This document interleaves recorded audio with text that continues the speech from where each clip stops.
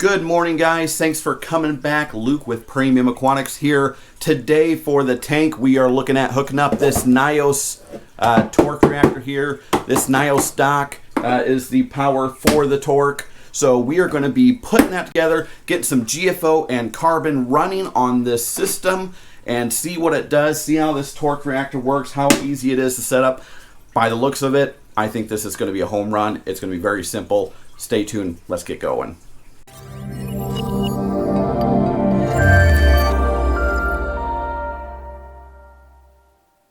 Okay, so let's talk about these just a little bit.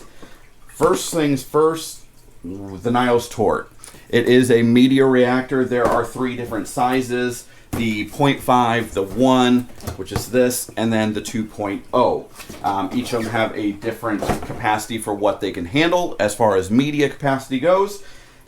This is the 1.0. This is what I'm going to be hooking up, and we'll open this up and show you. The cool thing about these reactors is there's no plumbing, no ball valves, nothing that you have to deal with. It is very simple and straightforward. You get the reactor and you get the Nyos dock. The dock is the pump. The pump is integrated into this dock here, and that is what the Torq is going to sit on and push the flow through the reactor, and then it comes out the top.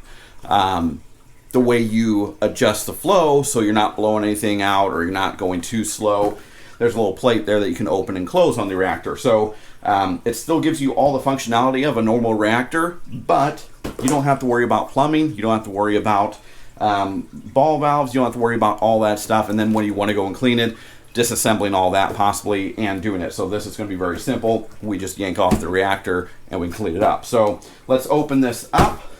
That always means our handy dandy knife.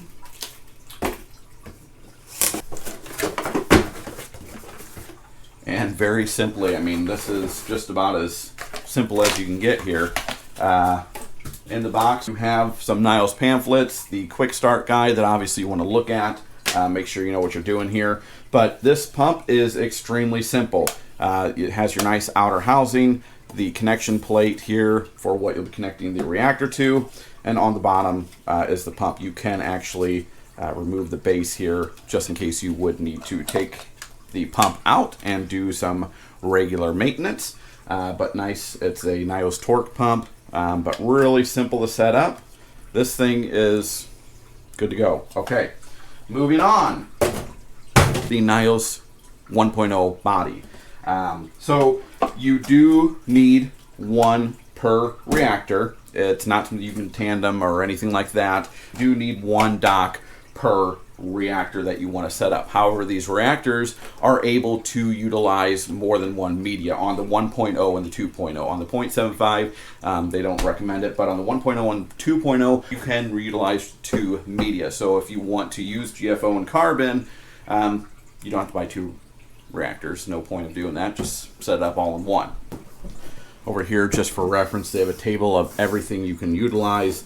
If you're using phosphate remover, carbon, zeolite, and what the recommended amount you're going to be using in each individual reactor. So that's nice to have. And then we have our dimensions here for each one. We go from all the way from 14.2 inches on the small guy all the way up to 17 inches on the 2.0.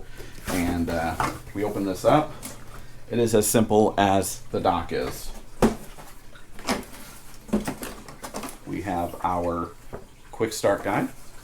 So this is just as simple as the other one. Here's your chamber.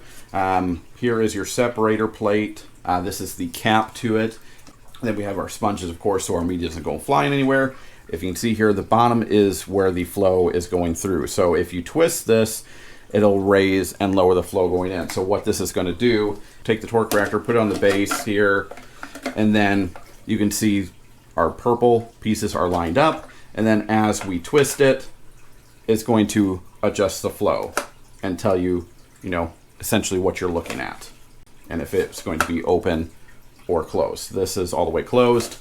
This would be all the way open. So that's really nice. Very simple setup. And then that will put the flow coming through the bottom all the way up. And then on here we have another pre-filter sponge here that actually goes all the way in. We do have a nice little silicone O-ring, and that literally just pushes on there, and voila, it is ready to go. So this is it. I mean, this is about as simple as you can get of a setup.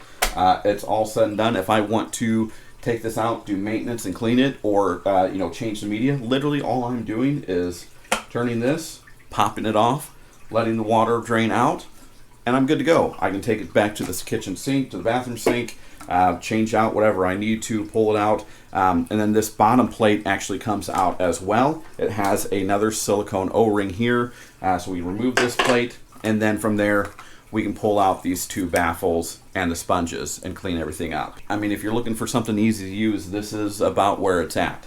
As you look here, there is a little notch out of the plastic here, which lines up with a piece of purple plastic there. So you will need to line that up, and then it will go right back on. Put our top back on, and then we just line it up with those pieces again and turn it to whatever flow we need it again. So that's it for filling it up. If we are just using one media, you are literally just taking off the cap and pouring it in here. If you're using two medias, we're going to take off the bottom. We're going to pull out the separator here, and then you're going to fill it up with whatever media you're going to use. They do recommend whatever media gets expended quicker is probably going to be better suited to put it in now, because it'll be easier to clean up and take out later, and then you can just take out this top, pour it out, and move on. Whereas if you put the faster use media in the bottom, when it's sitting up, it means you have to take the whole thing out to be able to clean out this inner media. So whatever's the fastest expendable, put that up top. So we turn it upside down, pour our media in there, and we can start settling in our next media. Push this in, put on our base plate and line it up. Turn it back up, right side up, line up those little tabs, and away we go. We are all set. We'll have our media down here, media up here, coming out, and our water is going to be great. Let's get some media in here, see what kind of mess I can make. I lied. I thought I had ferric oxide with it, but I don't. I just have the Kohler carbon, so that is what I'm going to be using. They actually gave me 2 carbons, so that's why I thought I had ferric oxide to go with it as well. But this is the Kohler Labs granular carbon. We are going to be utilizing this in the reactor here and see how it does. I'll get some ferric oxide, that way we can see about running it in tandem together and see how that does. They recommend anywhere between ½ cup to 1 cup per 50 gallons. So I'm going to use around 1.5, see how that does, and adjust accordingly as necessary. Obviously every system is a little bit different, but that's what I'm going to start out with, and then we can adjust accordingly. So I'm going to take up the top, pour it in here, 1.5 cups worth, and then what I'm going to do is I'm going to do a rinse on it. Obviously carbon can be very, very dirty as far as having dust in it. So Kohler is supposed to be pretty decent with their dust, so we're going to put it in there. I'll run it through some water, and then we'll get this set up and we'll show you it running.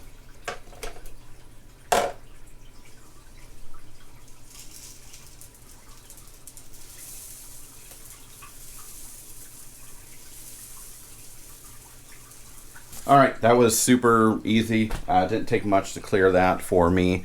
So I'm going to get this into the sump and get this plugged in, and we'll see what it looks like from there. I'll take you down a little bit closer. Okay, so we're down in the sump.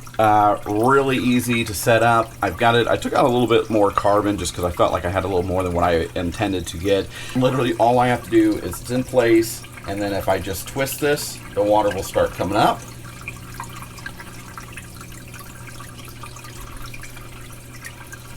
And it starts pouring out. Now they do say this needs a few days to run because it's going to create this coat on the outside. They refer to it as a smear layer. Once that smear coat gets on there, it'll make it so this water is nice and level across the entire unit. So I can basically turn this and adjust the flow and make it so it comes out more. Obviously, with carbon, I don't really want it going this much. I don't want to pulverize my carbon. I'm going to turn this down. I've got good water movement through it. And really, that's all there is to it. And when I want to remove it, literally all I am doing is taking this, turning it all the way to the purple lines up, and pulling it off. Put it back on. I just line up those marks again, and I twist it. As you can see here, those marks. So that's really it. I'm excited to try this out, see how it does. Normally I have pretty clear water, so it'll be interesting to see what it does, if it actually makes it clear or not. Clarity wise, that's what you're going to do with carbon. It'll do a little bit of organics, but for the most part we're looking at clarity of the water. There are a lot of different recommendations out there on how long carbon will last. You'll see some that say 2 to 4 weeks, some say 1 to 2 months. Unfortunately, there's not really a good test that you can do or anything like that, but one thing that you want to be careful of is that you're not letting the carbon just build up gunk in there. You can't just leave it in there indefinitely. So you do have to try this flowing throughout your system, and as it gets down into your sump, if it does get into that reactor, it's going to get caught by that sponge, and it's going to keep getting caught by the sponge and keep building up, and eventually it's going to start really hindering the flow, and it's just going to have to try it's just sitting there.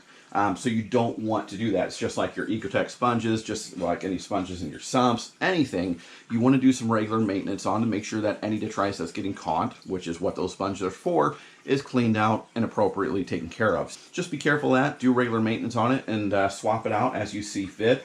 But I'm going to have this going. We'll see what it does, and I'll let you know. That's it for me, guys. That was a really easy setup. I'm telling you. If you don't have to worry about screws, you don't have to worry about plumbing, hose barbs, clamps, valves, all that stuff, bam. Look at the Nyos. It's a great unit. I'm excited to try it out. Beyond that, that's going to be it for me, guys. Thanks for stopping by again. Have a great weekend. We'll see you next week. If you haven't already, make sure to like and subscribe. Share the video. Hit that bell for the notifications so you stay the most up-to-date on this system as well as the other videos we're putting out.